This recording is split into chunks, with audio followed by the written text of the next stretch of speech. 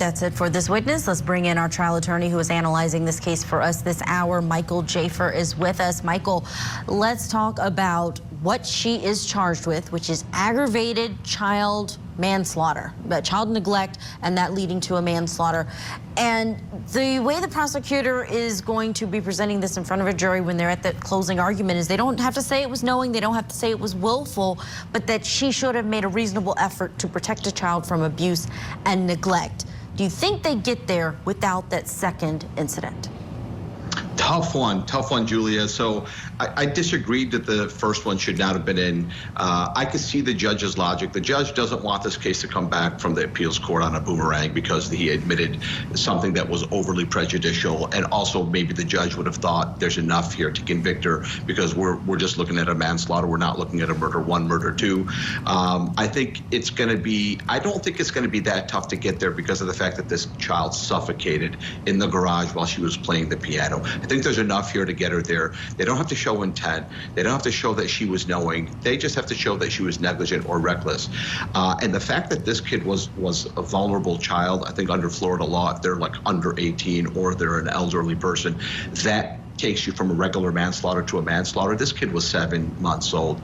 So I don't think it's going to be difficult for them to get there just with the facts alone. Just the fact that she was playing the piano. Also, one more thing, Julia, this is my conspiracy theory. I think all these juries know this stuff. I'm not saying it's right. I'm not saying they should. I'm just saying it's 2025. In 1925, they wouldn't know. In 2025, unfortunately, they know. I'm not saying it's right, but I just don't see how the prosecution's not going to get her to a manslaughter. Also, eventually, I hope she testifies.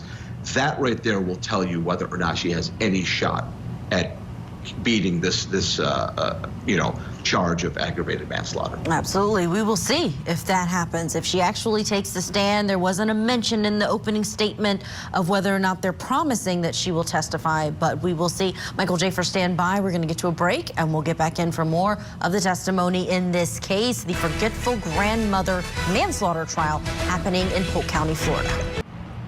All right, while they queue up that body camera footage, let's bring back in Michael Jaafar, who is watching this. Michael, right now we are talking about the nuts and bolts. What happened, how it happened, what state the child was in. But will we need an expert to talk about what causes this, what leads to this? I'm thinking about another case that was in Georgia, the Justin Ross Harris case, where they brought in Dr. David Diamond, who talked about forgotten baby syndrome. And he had studies from 2014, a Safe Kids study that said that 25% of parents at some point forget their child inside of the car, especially when it's not their regular routine, as we have here. Do you expect we're going to see an expert like this, in a case like this? That's a great point. I think that would absolutely be necessary. I mean, if you ask my wife, she'll tell you the biggest thing that annoys her is sometimes I leave my kids in the car. I didn't even know that there was a syndrome called that. So I would, if I was a jury, I would want to hear about it because presumably any one of the members of this jury either have left a kid in a car or have known somebody that left a kid in the car. I don't know if that witness or expert would be helpful to the state. I think it might be helpful to the defense, but at the end of the day, I think that would absolutely shed light on her conduct because at the end of the day, this is the second time she did it. I know the jury's not going to hear about the fact that her other grandson drowned, but this is big, by the way, and because I always say that juries gravitate towards the inflammatory. Well, there's a very inflammatory piece of information here. It's the fact that Ms. Nix played the piano while her granddaughter literally suffocated in her car. If you've ever been in a car that's hot and it's off and you're an adult, you immediately open up the door because you can't handle it.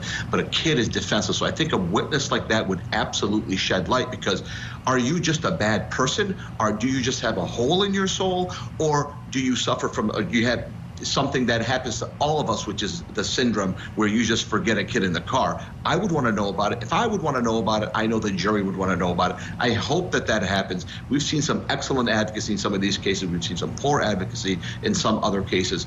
Excellent advocacy in this case would mean that they basically take a page out of the playbook of Julia Janae and they put on that kind of an expert. I would want to hear about it. I think they should. Whether or not that happens, it just comes down to the caliber of the attorney and how much homework they've done. Yeah, but so far, her attorney, yeah.